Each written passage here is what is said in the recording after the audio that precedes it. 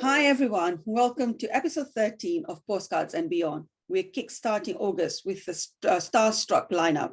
She's the founder of Professional Asian, Recommended Asian, and is a massive influencer within the small business community here in London. Please welcome the one and only Zamiha Desai. Hi, Zamiha. Welcome to Postcards and Beyond. How are you today? Hi, Bhavani. Thank you. I'm really good. How are you? I'm fine, thank you. It's such a pleasure to have you on board Postcards and Beyond. Thank you for saying yes. Thank you for having me. Excellent. Zamia, I'm going to get straight to it.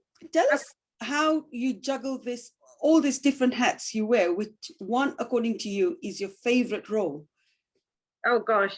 So obviously there's a lot of groups to run. So I juggle it with the help of an amazing admin team. They're really good. And, I think you're literally as good as the people that you surround yourself with. And, everyone in the team is passionate. They're all like small businesses themselves. They understand how hard it is. A lot of them are mothers. And so they're juggling that home life with, their business life and stuff. So it's really good to have people around you that help. I'm not great at juggling, I have to say. So I have moments where I'm just really in the zone and I'm going for it and I'm really organized. And then I have some days where I just want to just sit and watch Netflix all day. So it's just trying to constantly keep that mindset up that you have to be focused and at least do something and maybe reward yourself with Netflix. But we do recommend Asian, professional Asian. We've got a few subgroups. I do Hey Gorgeous, which is an annual event. We couldn't have it last year, unfortunately. But that's probably one of my favorite things. So Hey Gorgeous has a load of businesses from Professional Asian come and exhibit in one place. Last time we had 100 businesses and we had 7,000 people through the door over the weekend. And it's just like a huge buzz and there's excitement. And there's so many, we've got clothes and jewelry and home accessories and home improvements and Reiki people and, beads and stuff and just so many different things. Food, it's so nice to have the businesses come in and then the people from Recommendation and Beyond just come in and appreciate and enjoy that there are so many small businesses that have so much to offer. And for me, that is almost like seeing the groups come to life.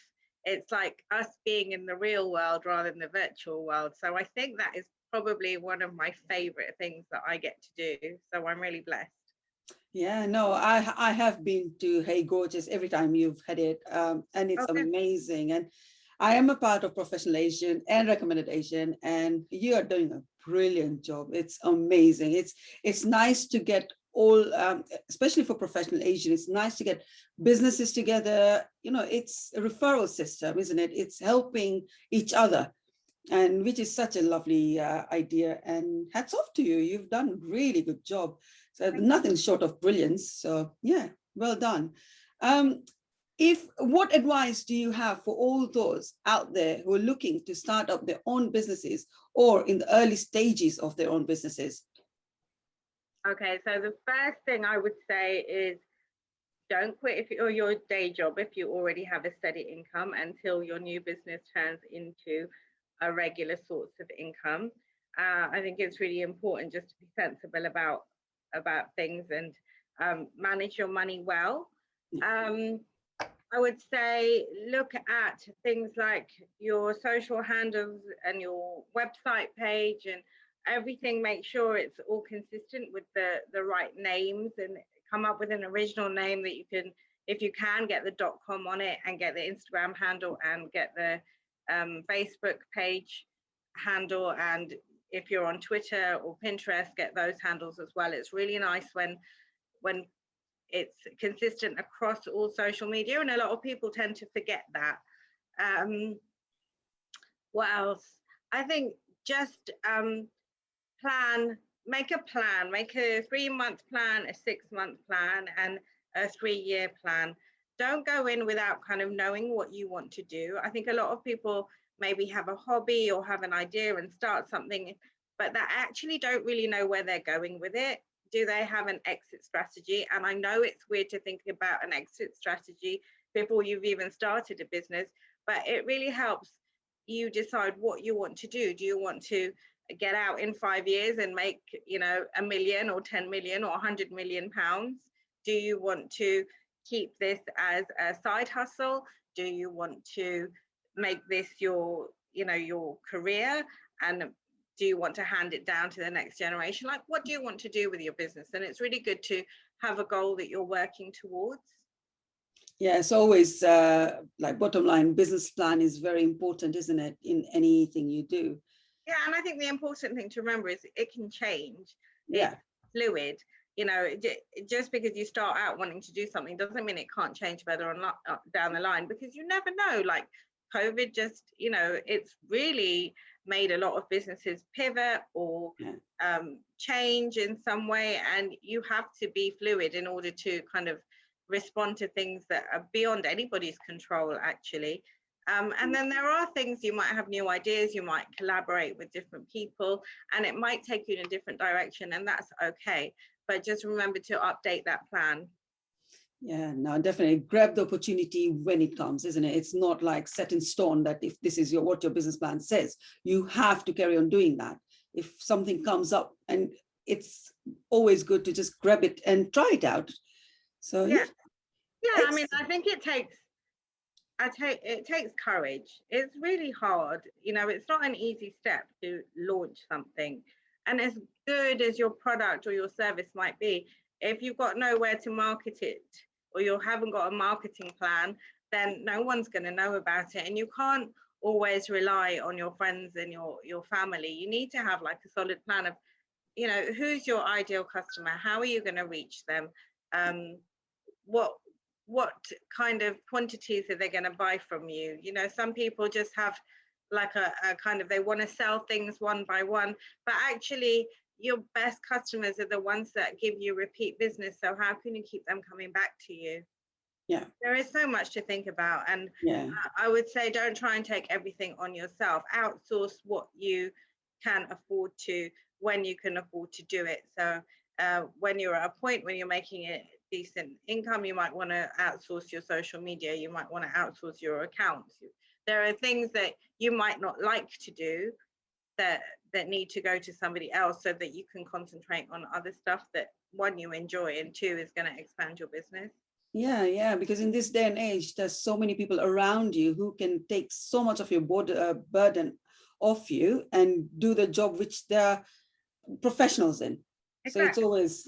it's always good to delegate and get the right people to do the right stuff. So, Yeah. no, excellent. So Zamiha, you are a very well-traveled person. Tell us about your last holiday and the destination you are looking forward to, hopefully, if COVID allows us. Yeah, so I think actually my last, if I remember correctly, my last trip was to Marrakesh, and it was on a hen. Um, and there was, I think probably, gosh, I think 16 of us all together, and we hired a big villa.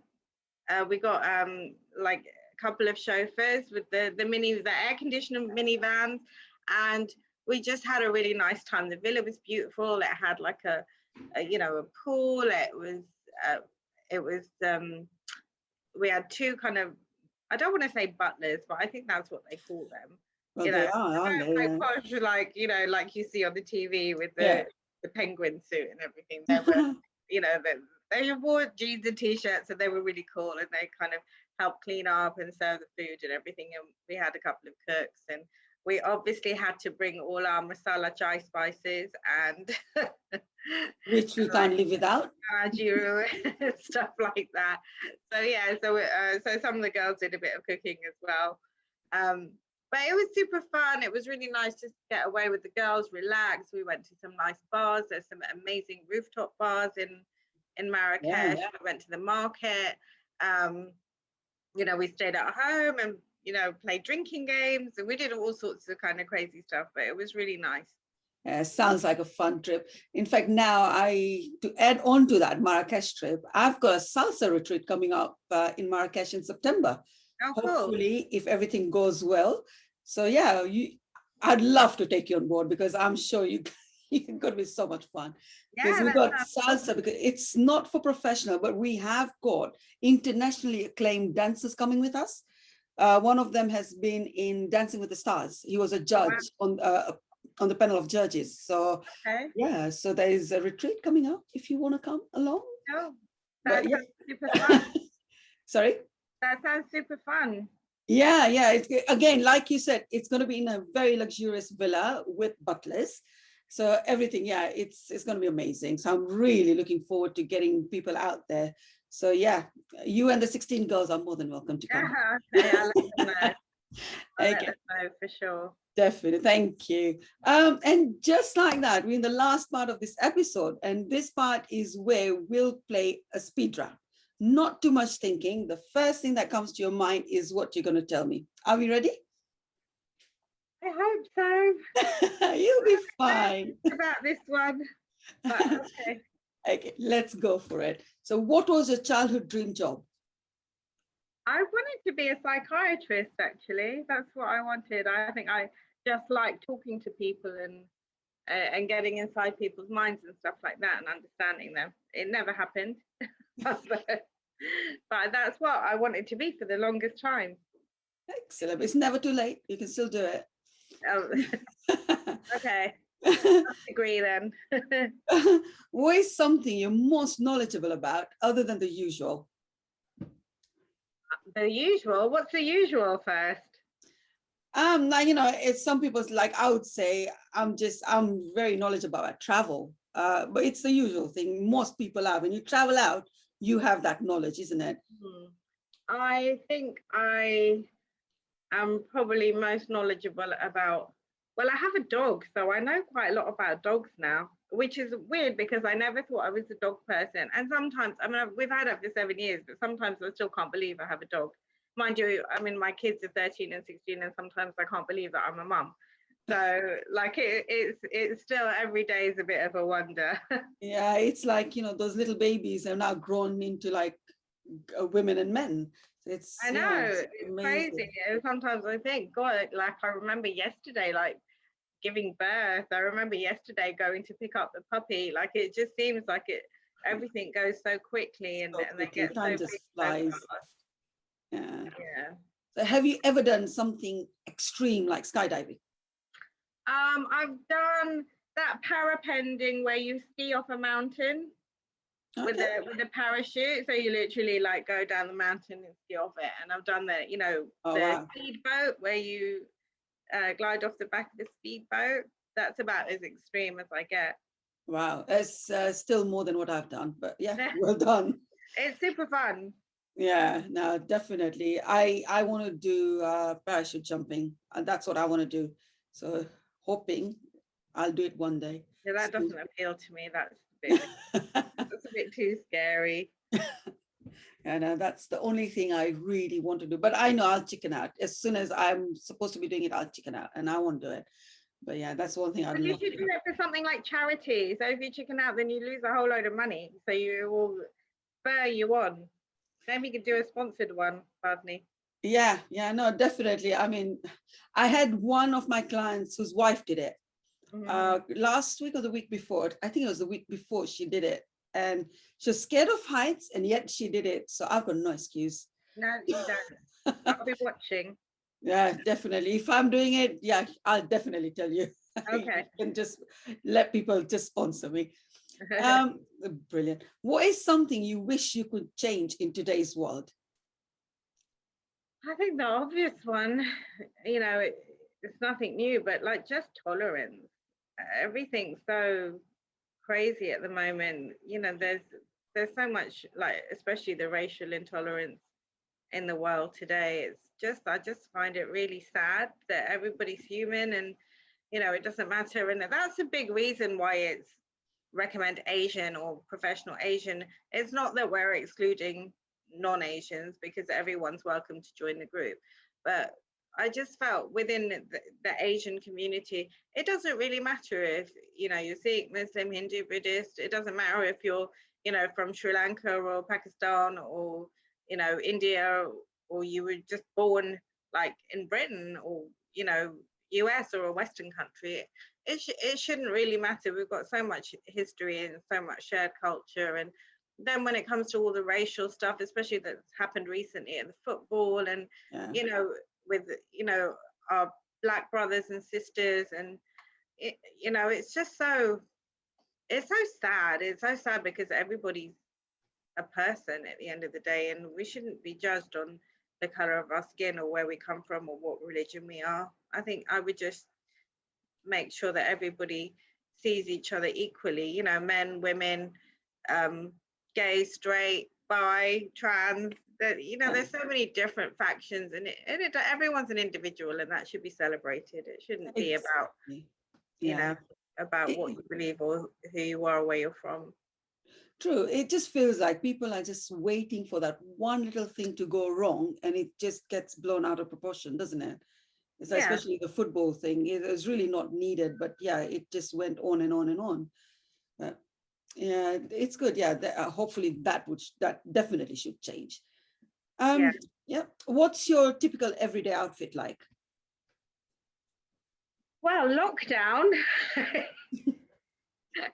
It's like just like those, you know, like those yoga pants or those like kind of harem pants, something like that, that's just comfortable, and a t-shirt in this weather. And recently I've started wearing jeans more as well. I think before I was more of a skirt person, skirt, tights and top, but yeah, I think lockdown's changed quite a lot. I don't wear heels as much. So yeah, I think it's comfort over style at the moment. Yeah, it's like the Zoom days, isn't it? It's the new look of the Zoom days. Yeah. You got your pajama bottoms and slippers on underneath. That's it. It's like, as long as you've got a nice top on and your face looks good, it's fine. Oh dear. Okay, what show or shows do you watch religiously? I have to say X Factor. I will watch religiously when it's on. That's probably that, and Britain's Got Talent are things that I always tune into. I'm not really into any of the other ones. If I get a good series on Netflix or Amazon Prime, I tend to kind of binge watch. So I'm looking forward to the next series of Four More Shots, Please. I'm looking forward to the next series of The Bold Type. The next series of Lucifer, next series of New Amsterdam. So there's a few things. I'm doing Chicago Med at the moment. Yeah, I've done that. Yeah. Yeah. So yeah, I like it. I like a good box set, and like I love things like Downton Abbey. I watch that religiously. And I like the medical ones. I don't know if you've seen Grey's Anatomy. To be honest, I try and avoid it. I mean, if I see one program and I get into it, then I tend to watch it. But I do try and avoid because it does take up quite a lot of time. It does, because they've got. I end up having really late nights and going to bed at 2 o'clock in the morning because I want to see what happens next, and it does nothing for me. And it's crazy, this age of immediacy. You know, before, like, I stopped watching EastEnders years ago. Yeah. But it was literally taking over my life, which is why I stopped it. It was like, you know, I had to watch it. It was like I wouldn't make any plans or do anything. And I think we went to Dubai on holiday and we didn't see it for like 10 days. And I was like, you know what, I'm never putting it on again. And because it's, you know, because it really does kind of like compulsive viewing, right? And now, like, you can get not EastEnders, but obviously there's other things like Chicago Med that you just get in a box set and you can watch a whole series in it. I think I did 4 More Shots in one day. I didn't know work that day. I literally just watched back to back to back to back, and it's just, you know, it's this age of immediacy. We don't have to wait for anything. Well, it's the 4 More Shots. It's just like, you can't just watch one and then say, okay, fine, I'll watch the next one tomorrow. You Yeah. just have to watch it. Yeah. And yeah, you're right. It just takes up the whole day and it becomes a very unproductive day, doesn't it? Yeah. Um, Yeah. So yeah. So that's it. So I'm sure I'll still binge watch it next time it comes out. I won't be able to wait and watch it the next, one a day or anything like that. yeah, even I'm waiting for that. That was a really good one. Yeah. But Made in Heaven as well. that, yeah. So But what I think it's was, great. I think it's great that the Indian subcontinent is making so much kind of risque but more relevant programming. yeah, no, definitely. There's so many out there which are really good to watch. Mm. So yeah, no, it's good. So what was your favorite subject in school then? I used to like kind of the like sources of civilization, more like classics. So like looking at like Greek mythology and stuff like. I used to like stuff like that. I used to like English literature a lot. Um, I was never big on maths or sciences or anything. Um, but I used to like those kind of like RE and oh, there's a dog. Someone wants to be a part of Postcards and Yeah, Beyond. she does, doesn't she? So yeah, but I like things like religious studies and sources of civilization and stuff like that. And then I actually did my degree in media studies. Excellent. So if you had to pick any Hollywood star to portray you in a documentary about your life, who would it be and why would you choose that particular star? I think I would choose someone like Renee Zellweger because I think Bridget Jones is probably fairly accurate when it comes to my life, and she does such a good job. But it's all that that Bridget Jones character is probably somebody that a lot of us can relate to. With the weight issues, the guys and the stupid mistakes, and going out getting drunk and regretting it, things like that. So I think something like that would probably be me. Yeah, we've all done that in our lives, haven't we? It's just, she's the perfect uh, character I think we can all sort of relate to. No, definitely. So if you had a head bed day, head bed, see, even I'm waffling now. If you had to handle a bed hair day, how would you do that? Probably a ponytail or something. I don't tend to do hats. I think I look a bit weird in hats. So yeah, probably just kind of Tie up it all up. there or something. Or if I had time, I'd just wash it and do it again. Um, but yeah, just stick it up and get on with your day, I think. Yeah, just tie it all up. So what's your favorite dessert? My mum makes the most incredible cheesecake. Mm. So that is definitely up there with my favorites. I think I'm more of a kind of tart, kind of sour type flavor person. I like things like lemon tart or cherry stuff. I'm not really into kind of chocolate or anything. Oh, But wow. yeah, I prefer something a little bit more like katu. Yeah, that's good. So what's your spirit animal and why? I have no idea what my spirit animal is. It's probably a dog. Just that I think, like when I look at my dog, she's a big German Shepherd, Oh, um, wow. and she's like so much like me. It's really funny. Like we're both kind of really chilled and stuff. But I mean, you see when someone walks past, she starts barking and stuff. But we're always happy to see people. We're both massive foodies. So when she comes, when we're eating dinner, she will like literally just stare at us and stare at us and stare at us. No matter how much she's eaten, no matter if she's just had her meal, she enjoys having the odd treat and stuff. So There's yeah, always room for more, isn't it? yeah, and I think she's like really loyal and she's really loving. Like when she loves you, she really loves you. Yeah. So I mean, I guess I don't know if that's the same as my spirit animal, but I think Can be. I think that she's like it's so nice like the way that she is and stuff, and I can really like she's cathartic for me. Like I just stroke her and I feel better. Oh, So maybe something like that.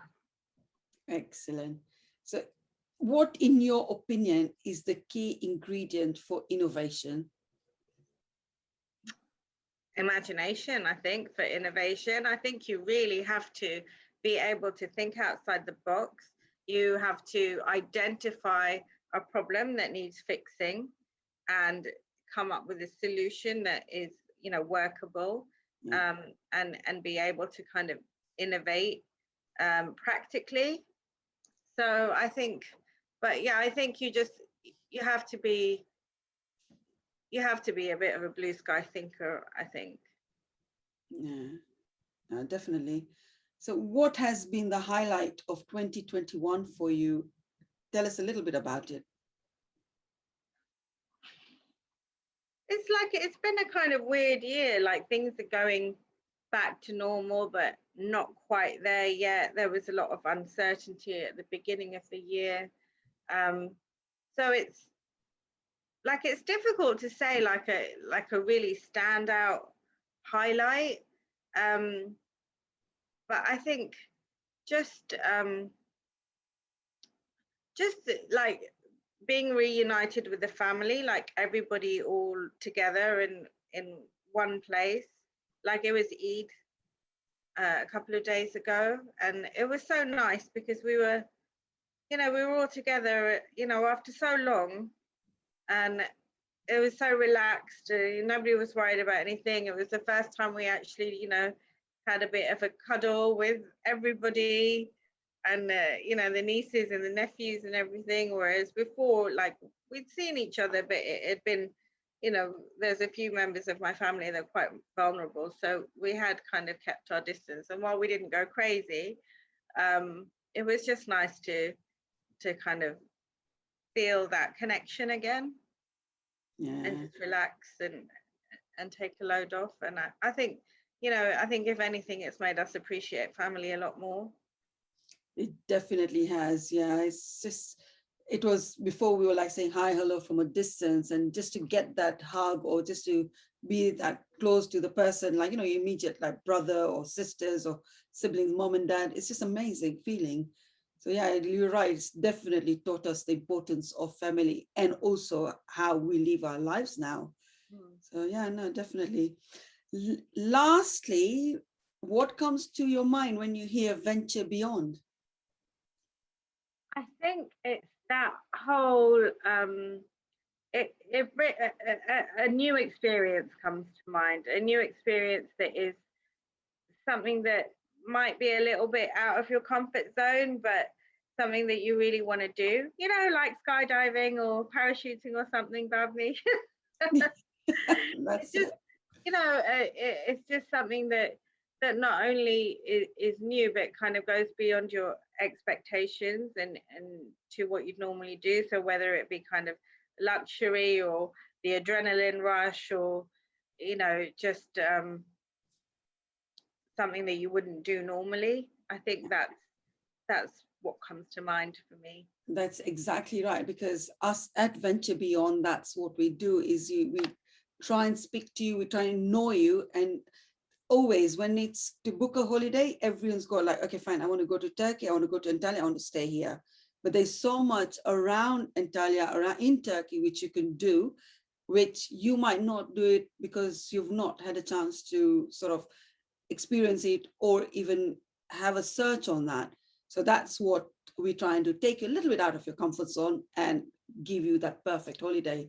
So yeah, that's the reason we are Venture Beyond, and exactly like you said, slightly out of your comfort zone.